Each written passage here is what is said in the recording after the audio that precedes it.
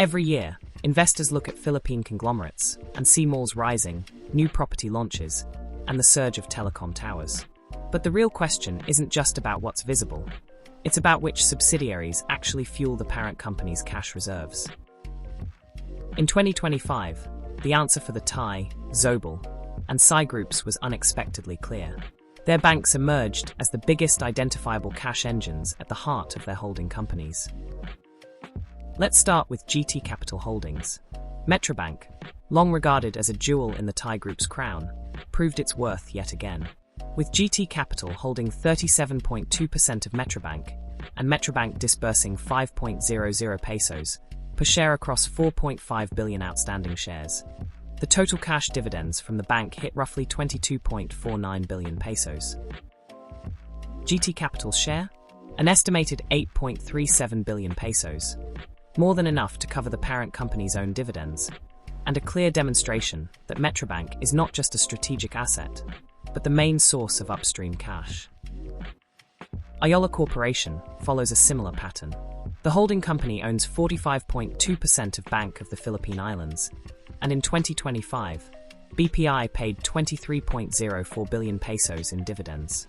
Ayala's take from that? Around 10.41 billion pesos. Compare this to Globe Telecom, a high-profile business, but at just 4.44 billion pesos in dividend cash to Ayala, it falls short. The numbers highlight BPI as Ayala's largest identifiable dividend contributor, the steady annuity feeding the parent. Then, consider SM Investments. Despite the group's public association with malls and retail, banking is the powerhouse. With an effective 45.2% ownership in BDO Unibank, SM Investments pulled in 10.37 billion pesos from BDO's 22.94 billion Cuban pesos total dividend payout. SM Prime Holdings, by contrast, supplied only 6.87 billion pesos. In 2025, the bank generated 1.5 times more parent-level cash than SM's flagship property arm. Viewed side by side, the symmetry is striking. Metrobank's contribution to GT Capital, 8.37 billion pesos. BPI's contribution to Ayala, 10.41 billion pesos.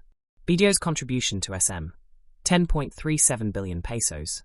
These are not minor side streams.